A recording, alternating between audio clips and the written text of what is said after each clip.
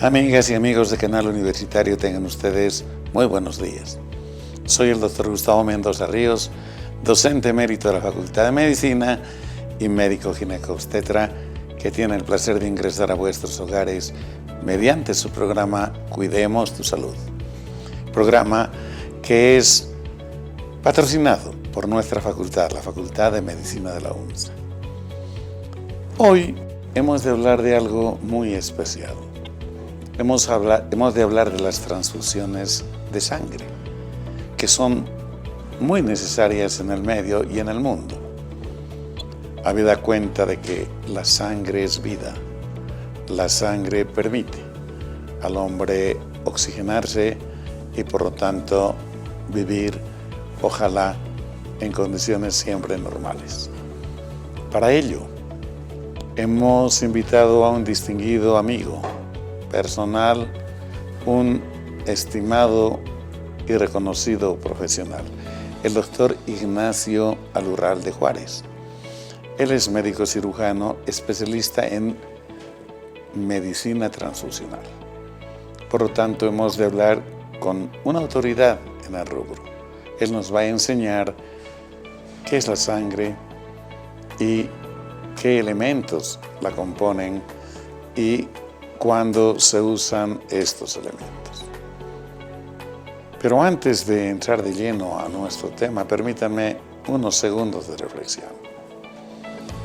Creo que es muy importante recordar a la gente que debemos solo, para contribuir efectivamente, cumplir con las obligaciones para las que fuimos eventualmente contratados. Y si esto ocurre, estoy seguro que las instituciones, la comunidad en su conjunto, las personas, han de poder desenvolverse de mejor manera en su medio. No es posible que continúen transitando vehículos que llevan muchos pasajeros sin tener siquiera placas.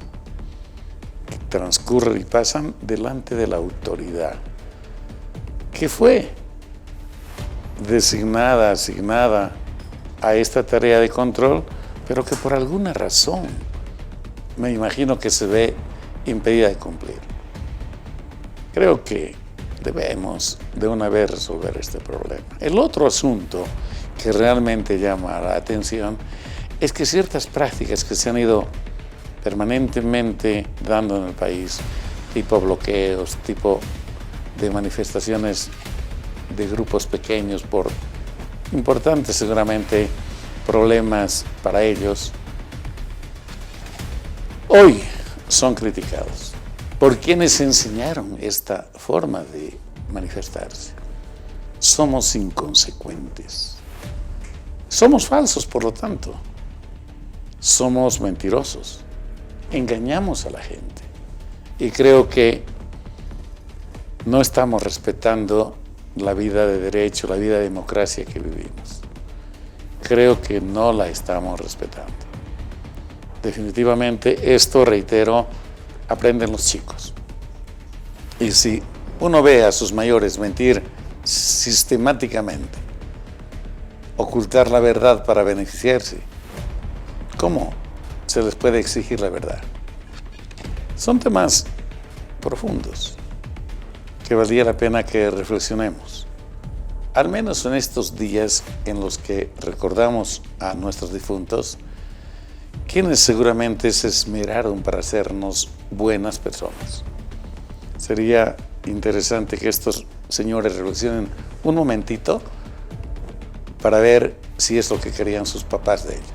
Dicho esto, amigos, permítanme ir al sector. La Facultad de Medicina informa.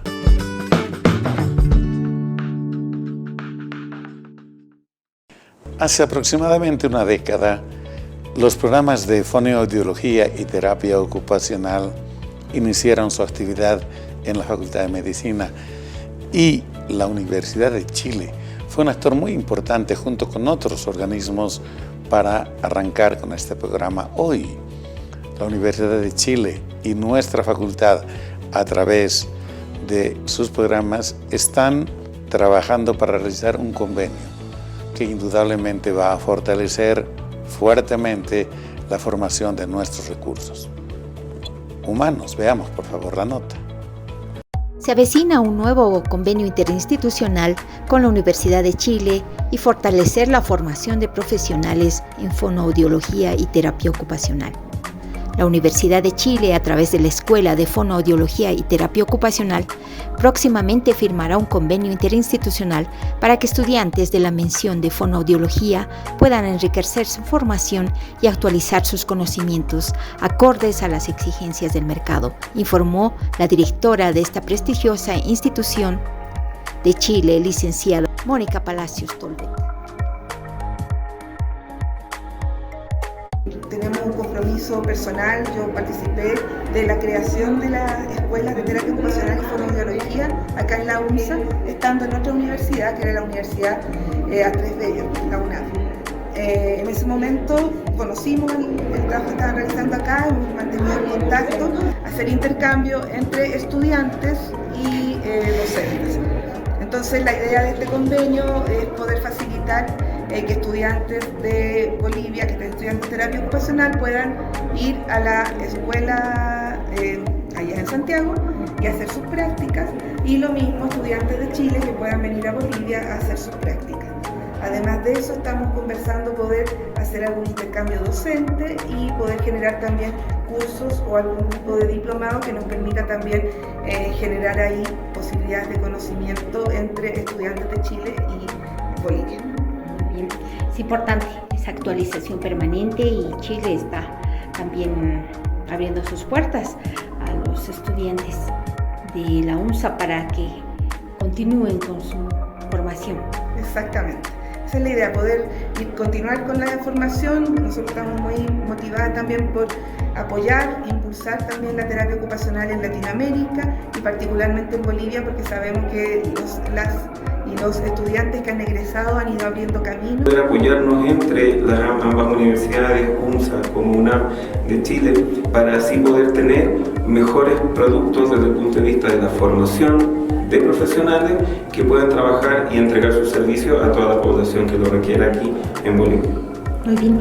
La temática que yo voy a abordar acá es la misma que trabajo en Chile, que es el manejo de la vía aérea superior, el trabajo en las unidades de paciente crítico, donde está la UCI, la UTI, las personas que se encuentran intubadas, conectadas a ventilación mecánica, las personas con traqueostomía, las personas que requieren de cierto proceso de rehabilitación desde la terapia intensiva y no necesariamente ya cuando han salido de los hospitales de nivel terciario, sino que podamos empezar una rehabilitación lo más temprana posible, en el cual tuve el agrado de conocer a una colega de acá de Bolivia que está empezando a abrir campo en esta área, y la idea es poder entregar más herramientas para que puedan desarrollar esa área y poder tener fonoaudiólogos en todas las unidades de paciente crítico acá en Bolivia. Bueno, es es una necesidad emergente. Sí, y dentro de esa necesidad que nosotros también podemos detectar, estamos buscando la forma de ampliar estos convenios para poder generar programas de educación continua entre la Universidad Andrés Bello y acá los fonoaudiólogos, sobre todo de UNSA, para que puedan poder perfeccionarse y tener mayores conocimientos. En días pasados en la Facultad de Medicina se llevó a cabo un encuentro de investigadores de los institutos de nuestra facultad. 3 días de intenso trabajo dieron pie a el interés del señor rector de apoyar con recursos para que estos institutos y todos los de la Universidad Mayor de San Andrés tengan fondos para hacer mayores investigaciones, todas siempre en pos de servir al país. Veamos la nota, por favor. Rector compromete recursos para fomentar la investigación en los institutos del área de salud y de toda la universidad. A partir del exitoso primer encuentro de investigadores de la Facultad de Medicina, Enfermería, Nutrición y Tecnología Médica, la máxima autoridad universitaria comprometió recursos para fomentar la investigación en todos los institutos de la universidad y resaltó la importancia de apoyar y promover la constante capacitación del talento humano, que es el recurso estratégico más importante del país.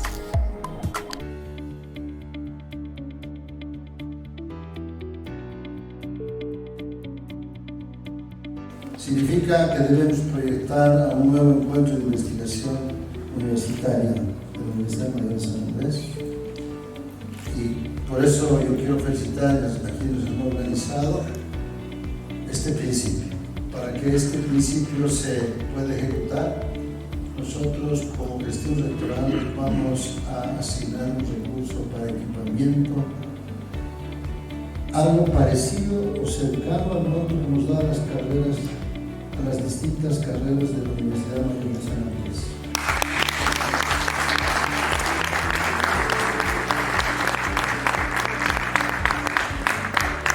Esto lo hacemos porque hemos logrado en estas 2 o 3 semanas hacer una negociación importante con el gobierno para tener recursos que nos permitan acabar una gestión. Pero aquí están los hombres y mujeres que construyen la investigación y que aman su universidad.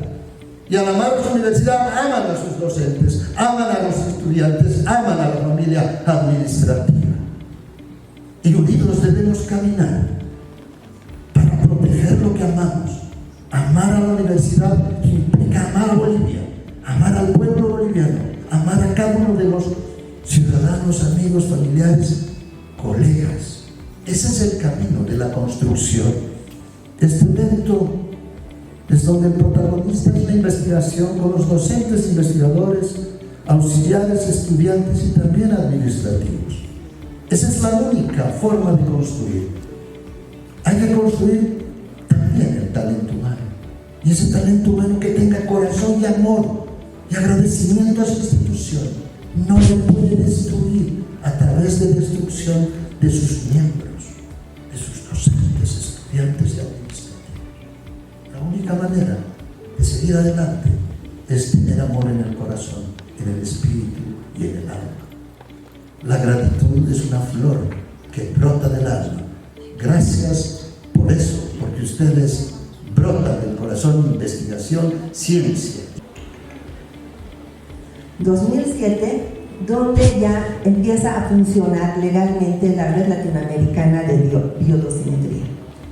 En 2013, mi persona es invitada por el ingeniero Luis Romero del IPTEN para participar en estas reuniones, conociendo la amplia trayectoria del Instituto de Genética en lo que es el análisis de citogenética.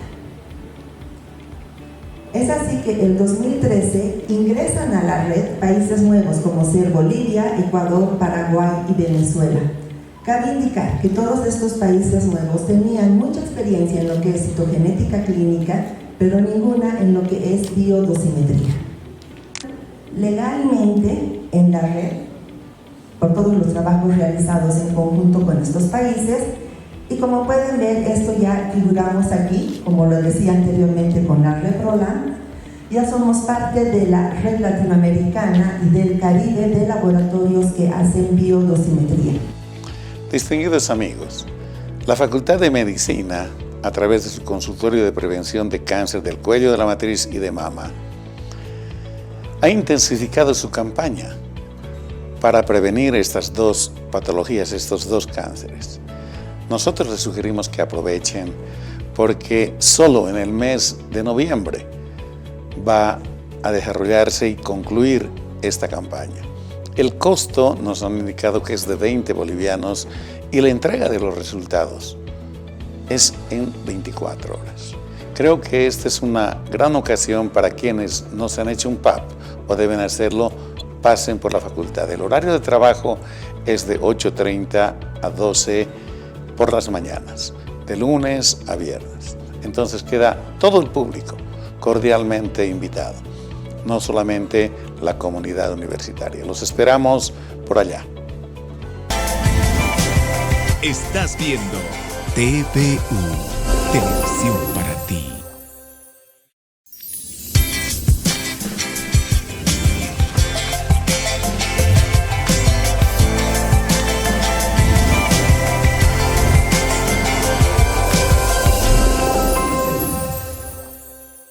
Distinguidos amigos, como lo habíamos señalado precedentemente, está con nosotros nuestro invitado de hoy, el doctor Ignacio Alurralde Juárez.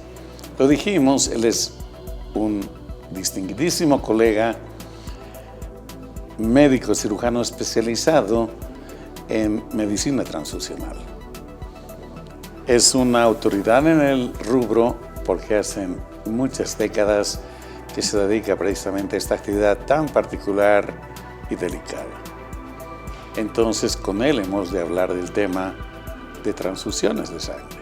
Pero antes de seguir abundando en el tema, permítanme saludar y presentarles a nuestro invitado. Ignacio, muy buenos días, gracias por aceptar nuestra invitación. Buenos días, Gustavo. Un agrado de poder estar aquí frente a mi compañero de curso y el orgullo de la UNSA, ¿no? Desde luego. Así es, amigos, somos compañeros de la Facultad de Medicina. Tuvimos la suerte de estar juntos muchos años y también culminar nuestra formación. Tenemos hermosos recuerdos de los que hablaremos si el tiempo nos da. Ignacio, para entrar en contexto, siempre la sangre ha sido considerada como un elemento vital en el organismo humano. Definitivamente, desde tiempos muy antiguos, la sangre merecía no solamente respeto de las personas, sino hasta le daban ciertos poderes mágicos a quienes manipulaban y utilizaban la sangre. De esa época a esta, obviamente, se ha comprendido que este líquido tan importante, este fluido, realmente ha servido para resolver cantidad de problemas y a lo mejor conservar la vida de muchos habitantes. Ignacio, hace semanas hemos hecho una campaña de recolección de sangre.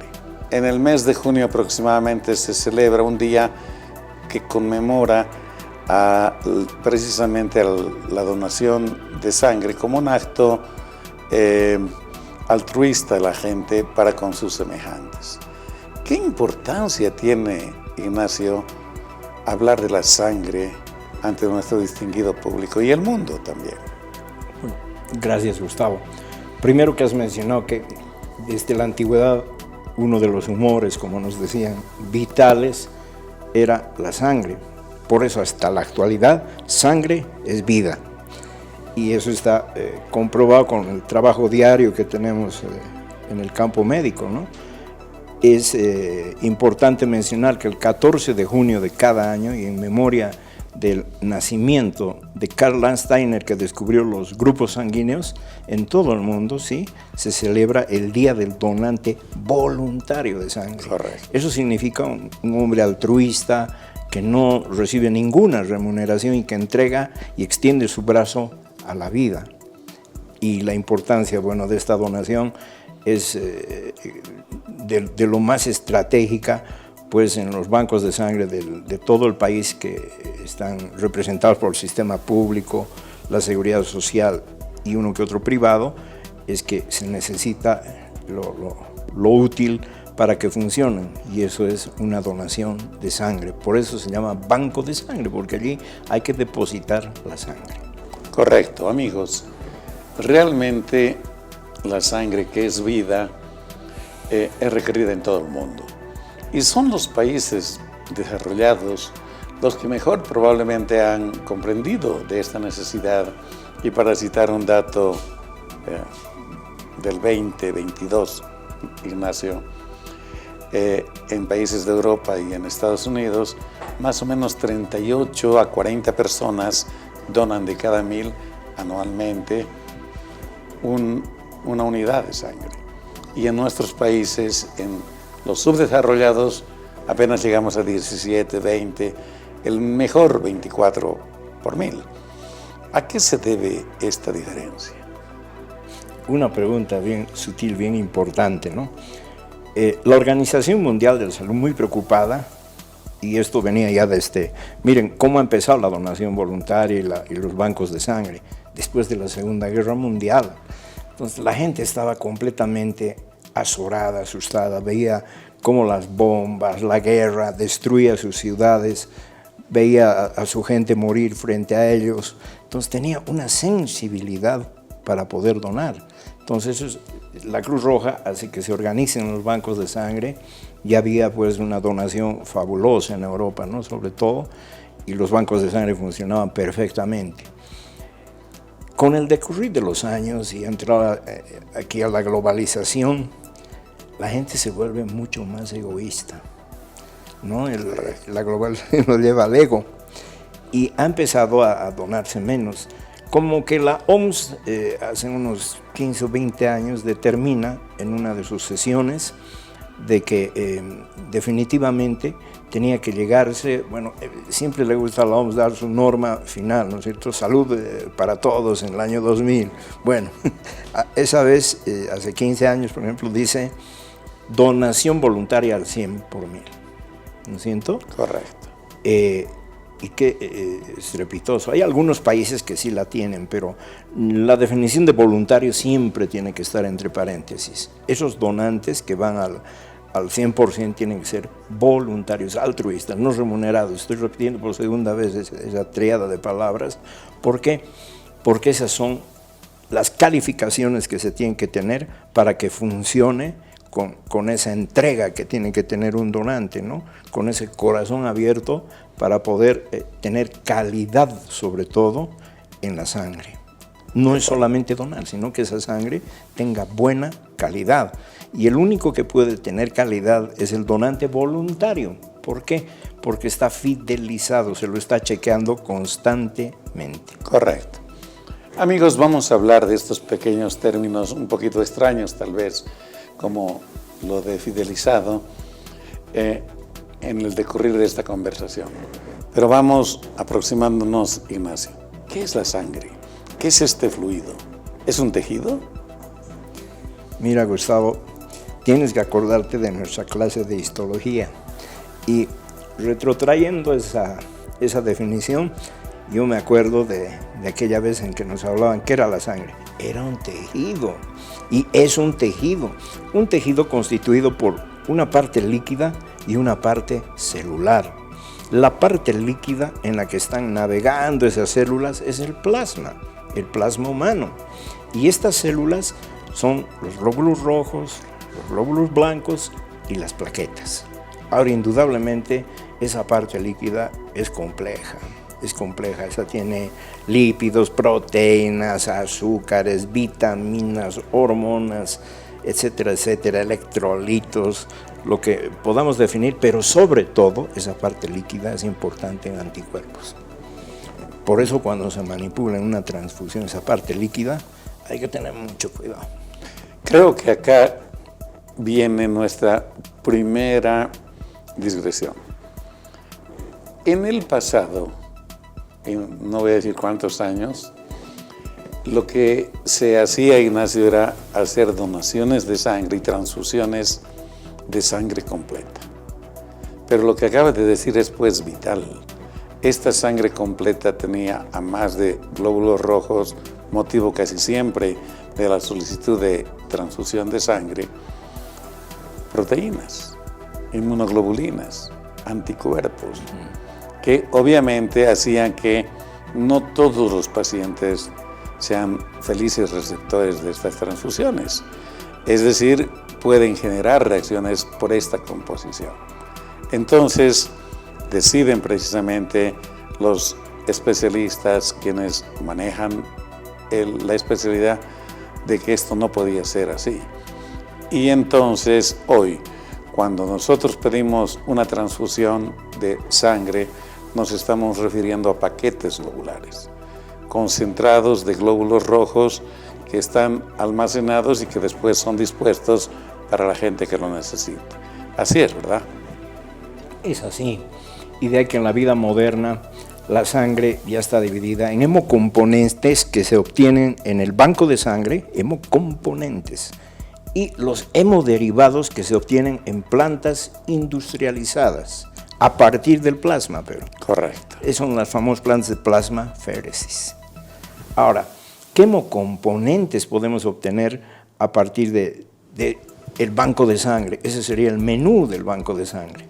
Como tú decías, tenemos los glóbulos rojos, las plaquetas, los crioprecipitados, el plasma fresco congelado, el plasma normal, Y bueno, esto ha ido creciendo mucho, Gustavo, mucho, demasiado. Se utilizan, por ejemplo, unas máquinas ahora como son los aparatos de aféresis y puedes obtener solamente plasma y devolverle todos los componentes al donante. Eso se llamaría plasmaféresis, lo que hemos realizado para obtener el plasma del COVID, el plasma hiperinmune del COVID.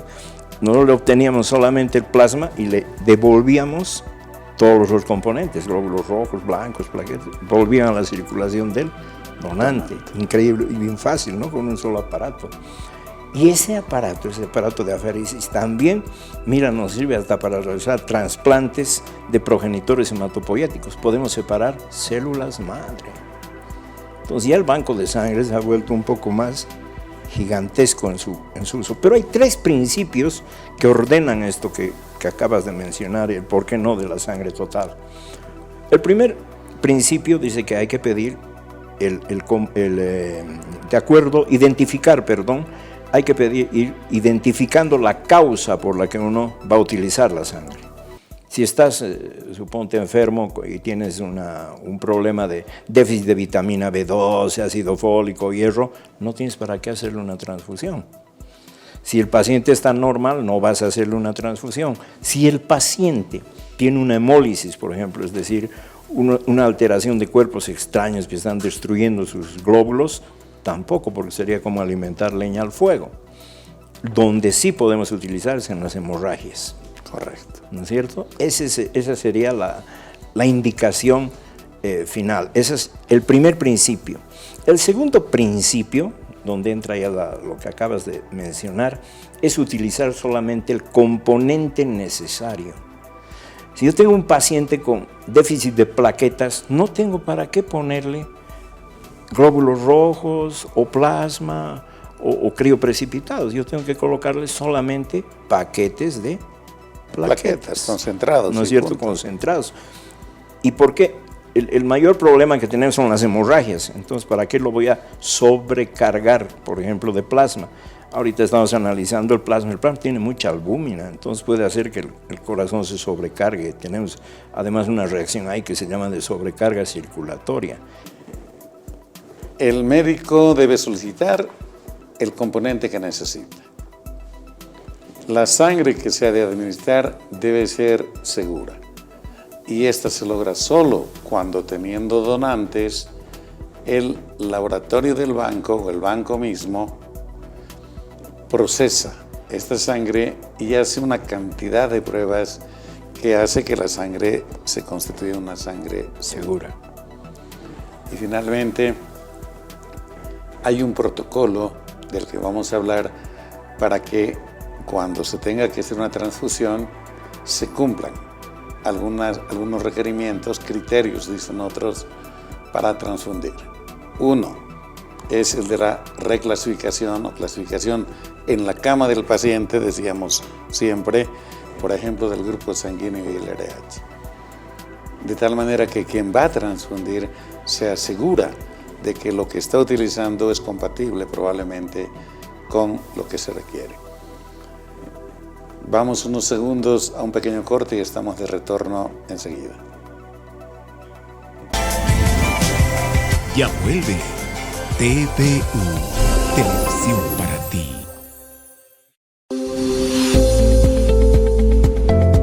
Cuidemos tu salud, un programa que orienta sobre la forma de prevenir la enfermedad y cómo preservar la salud. La salud es responsabilidad de todos. Cuidemos tu salud, todos los domingos, 8 de la mañana. Estás viendo TPU, Televisión para ti. Amigos, seguiremos compartiendo esta tan importante conversación con el doctor Ignacio Alurralde. Nacho, estuve pensando que a lo mejor podríamos en el medio tener más donadores altruistas, pero recuerdo, porque estuve vinculado en algún tiempo también al laboratorio y demás, un poquito, que la gente tiene temor de desprenderse de su sangre. Yo no sé dónde ni cómo le han infundido temor. Cree que al donar sangre se le está yendo parte de su alma, parte de su vida, o una cosa así, o se va a enfermar o no va a ser el mismo. Y esto limita a la gente. Yo veía gente muy saludable que podía donar a un familiar muy cercano y preferían ir a buscar amigos para que donen y no lo hacían personalmente. Afecta la donación, Nacho, porque yo he donado muchas veces. Seguro que cerca de 10 veces al menos a lo largo de mi vida. De internos, de hecho, por lo menos unas 3 veces en un año hemos donado. Es histórico, sí. Bueno, tu pregunta es un tema muy grande, Gustavo. El problema de la donación es un problema sociopolítico, económico, cultural. Entonces, engloba una serie de esferas. Cuando hay, por ejemplo, estas campañas de donación, nosotros volvemos felices, digamos, con 180, 200 unidades al banco de sangre, ¿no? Tienes que pensar que ese banco público cubre todos los hospitales de la ciudad, del departamento de La Paz. Correcto. Entonces, esa es una ganancia, porque normalmente hay entre 30, 40, 50 donantes cada día, pero tenés 200. Pero el conflicto es que es emocional, no hay una cultura de donación. Entonces, han ido a donar una vez, que esos volverían esos 200, una vez más al año, sería una fiesta, ¿no? Pero es emocional, es el momento que permite que extiendan el brazo a la vida. Sin embargo, ahora ha mejorado bastante el trabajo de cada día, porque el banco de sangre no solamente es el médico, la bioquímica, los técnicos, también hay enfermeras, también hay los comunicadores sociales. Pues los médicos no tenemos esta capacidad de llegar al corazón de los donantes ni de los familiares, porque son los primeros con los que tenemos contacto para que puedan explicarse lo que significa la donación. Nos sirven mucho las enfermeras, porque están más en contacto con los familiares. Es un eslabón muy importante en la cadena del proceso transfusional. Y también los comunicadores sociales. Es su profesión. Entonces, se ha aumentado dentro de esta cadena del proceso transfusional los promotores de la donación. Correcto. Y ahora el trabajo, por ejemplo, el Grupo Cooperativo Iberoamericano de Medicina Transfusional está enfocado en hacer verdaderos equipos de formación de estos promotores de la donación. Y de allí que tú me mencionas, por ejemplo, que ha subido algo en Latinoamérica, ya está llegando 38, 39%, etcétera, que con la ordencita que se mandó la UNSA tiene que llegar al 100, ¿no es cierto?, claro, de voluntarios. Entonces, todo esto está mejorando porque queremos llegar de alguna manera a acercarnos a ese tope, pero también es educativo. Correcto. Se debe empezar en primero de primaria. Hay países en los que se está ya trabajando en este aspecto. Por ejemplo, tengo un amigo de Uruguay. El amigo de Uruguay trabaja con los primeros cursos para que vayan primero sensibilizándose y perdiendo el miedo a la aguja, a la sangre, etc. Y es un piola este doctor. ¿Por qué? Porque hace que, como van con sus papás, los niños sean los papás que puedan donar sangre. Y estos niños pasan primaria, pasan secundaria, y cuando son bachilleres ya saben lo que significa la donación y son los primeros en ser donantes de sangre. Entonces también es educativo, ¿no? Ahora es cultural. Y ahí que salen los mitos, ¿no? Engorda, enflaquece, enferma, que los artefactos con los que se usa te van a lastimar. Una serie de mitos en los que existen y van a seguir existiendo. Ahora vayamos a un poquito más concreto, algo más concreto. Lo que más se requiere en los hospitales son paquetes globulares, concentrados de glóbulos rojos. Por una razón obvia, queridos amigos, porque la necesidad de sangre se da por varias vías. Principalmente, comentábamos con Ignacio, por los accidentes, donde la gente pierde mucha sangre, y también por problemas en el parto, especialmente en el alumbramiento. Nacho, ¿qué requisitos mínimos se requieren, se exigen para una transfusión de sangre, de un paquete? ¿Y cuánto mejora un paquete en una persona?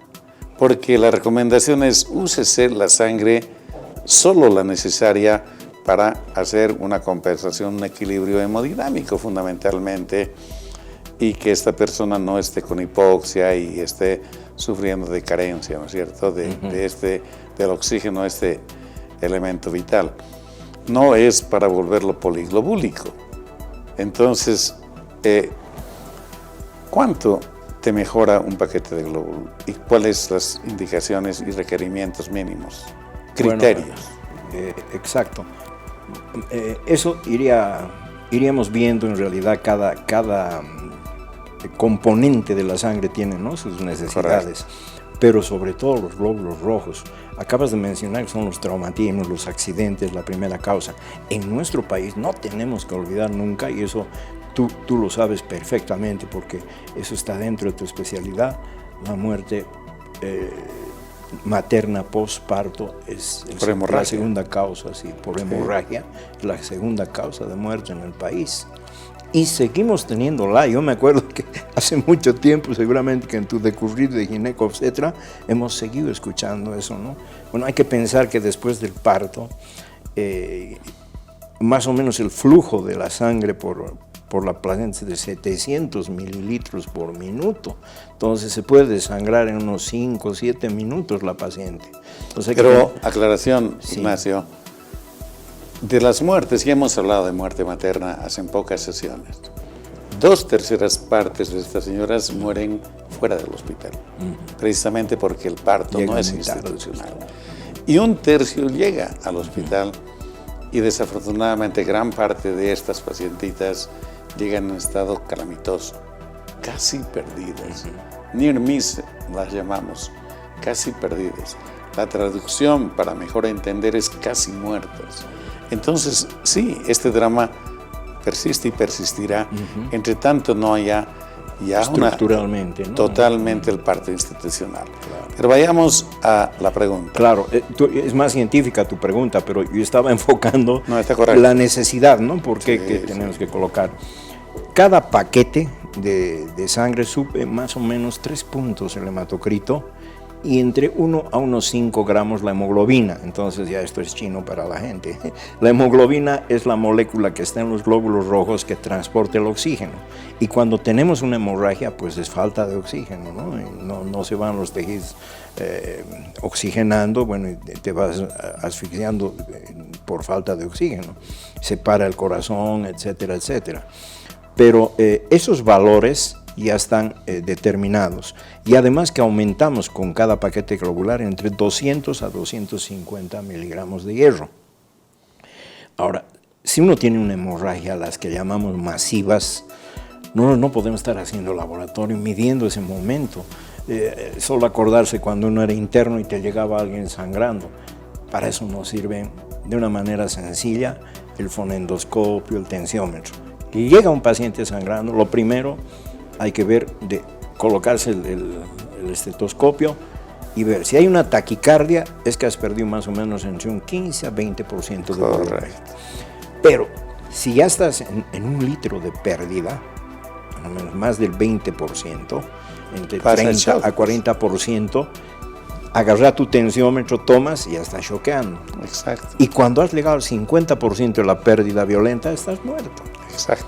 Entonces, esas son las partes clínicas con las que tenemos que enfrentarnos en esa hemorragia masiva. Ya nos dará tiempo, por eso capturamos una vena, mantenemos la volemia, oxigenamos, porque el oxígeno se traslada por los glóbulos rojos, vamos oxigenando con lo poco que tiene de oxígeno, a presión, vamos peleando por la volemia con líquidos, y nos da tiempo ya de medir algo, ¿no? Hacer el grupo sanguíneo, etc. Y si no sabrías el grupo sanguíneo, hay una norma que hace colocarle O negativo. Sí, pero aquí, ¿dónde vas a conseguir O negativo? Métale O positivo, te lo haces hacer vivir al paciente con volumen, ¿no? Entonces, esas son las normas violentas que nosotros tenemos, pero es la parte clínica la que nos está gobernando, porque hay momentos en los que uno no sabe cuánto está perdiendo, pero esas son las normas clínicas que más o menos nos van a hacer dar cuenta para evitar llegar al shock. Ahora, Nacho, qué bueno que lo has señalado, esta es la emergencia, pero si la cirugía es programada, existe la posibilidad de que el propio paciente pueda extraer sangre de sí mismo, obviamente lo va a hacer el banco de sangre, para hacer autotransfusiones, ¿no es cierto? ¿Esta es una buena medida? Claro que sí, sobre todo en los que van a tener ese nombre tan lindo, programada. Entonces el cirujano va a poder ver, regular su fuerza para ver si esa cirugía va a sangrar mucho, medianamente, poco, etc. Entonces va a pedir preparar a ese paciente o preparar sangre.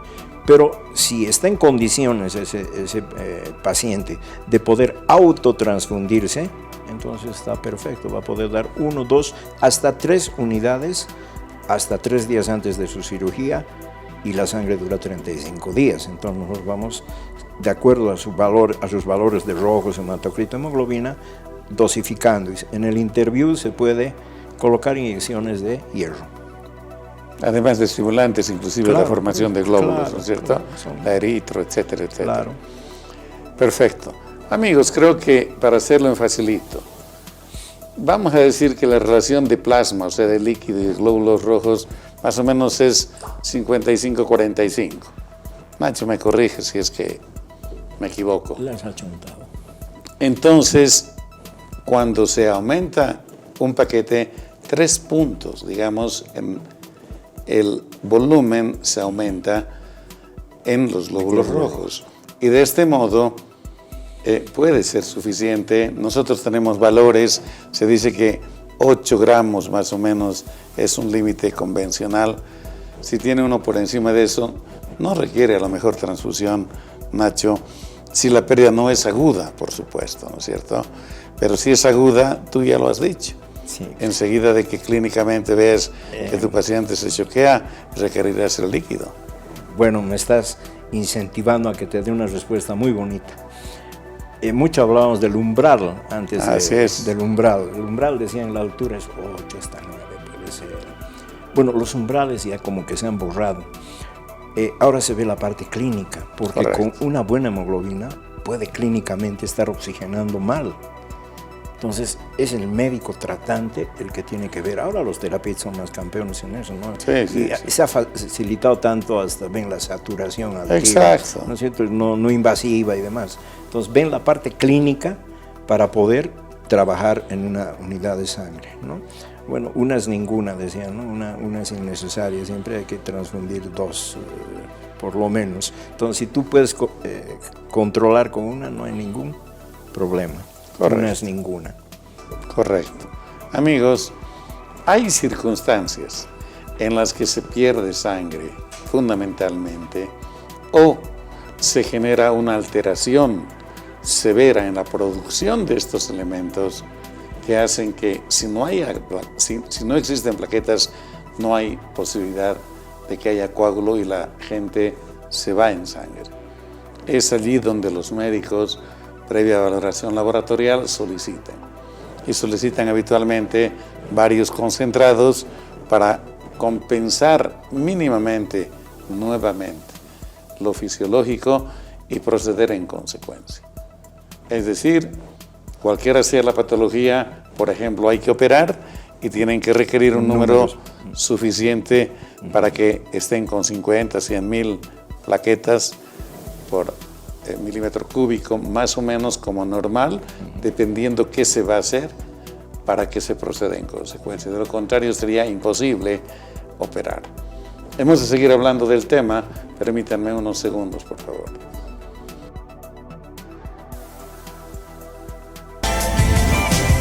Estás viendo TVU, Televisión para ti.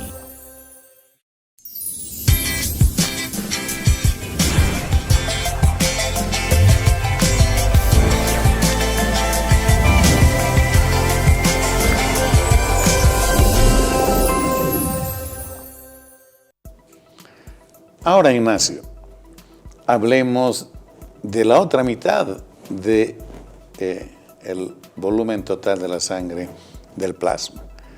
¿Cuándo requieren los pacientes plasma?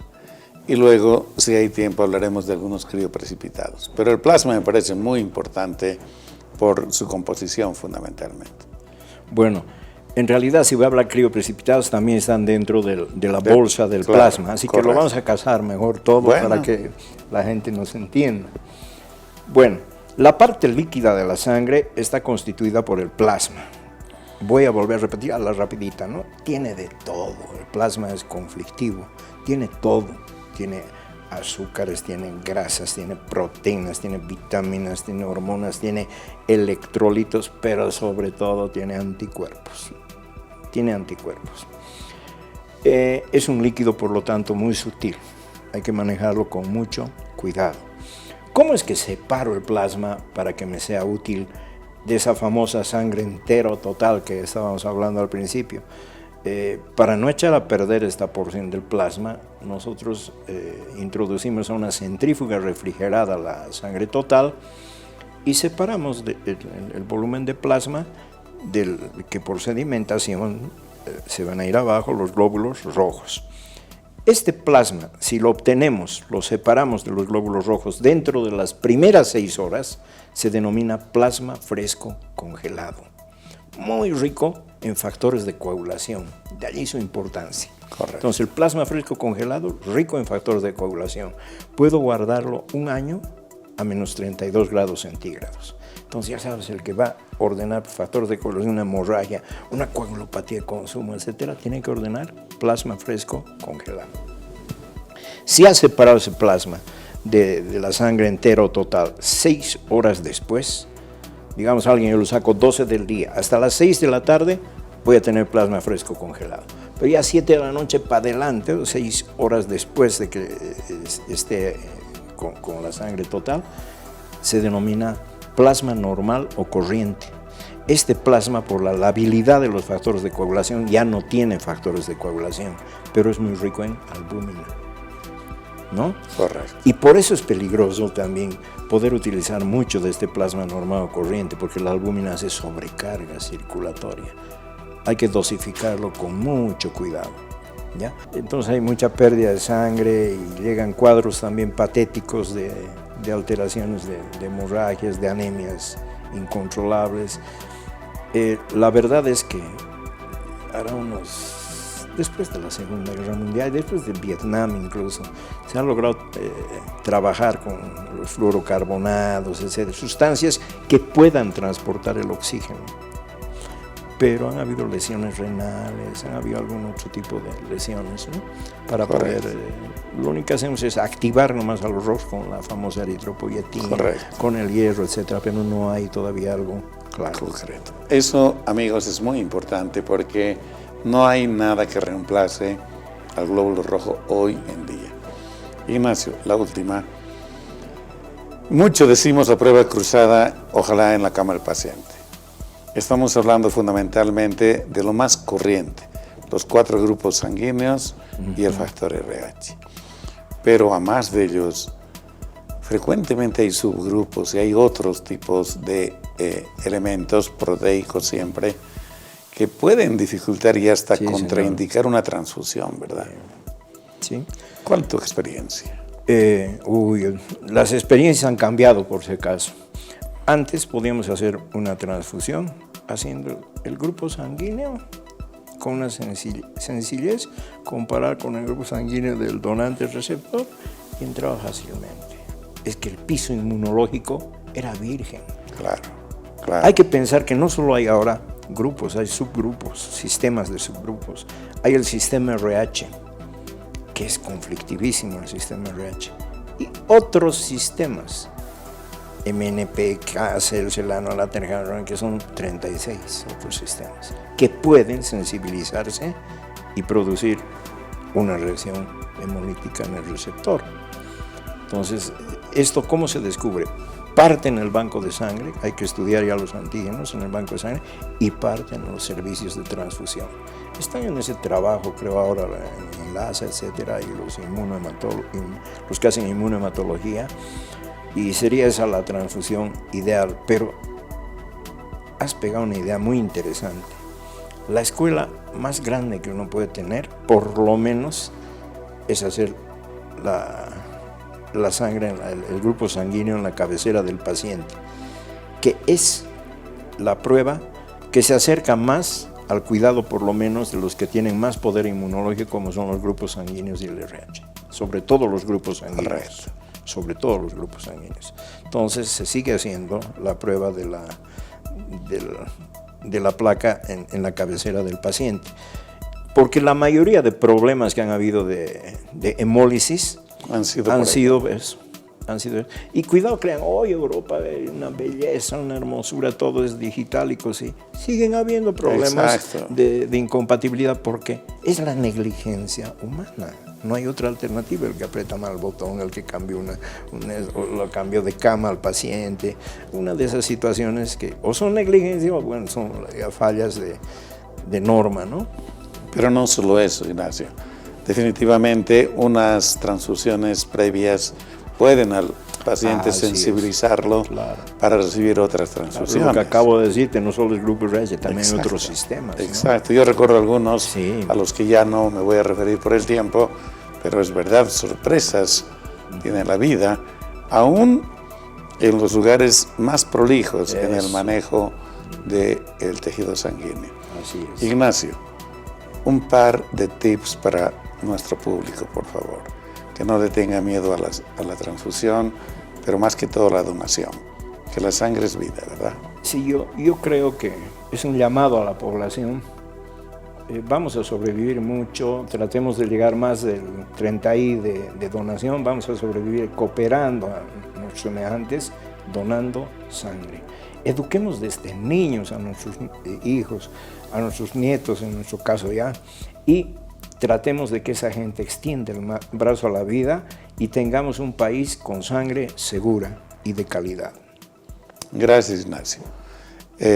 Amigos, solo nos queda despedirnos de nuestro invitado, un amigo personal, lo reitero, muy querido, pidiéndote que una siguiente vez podamos hablar de otro tema tan importante como este, Ignacio. Con despedida, por favor. Bueno, con el mayor agrado y muy feliz de estar en un canal universitario. Gracias, Nacho. Amigos, permítanme ir al sector Avances en Medicina.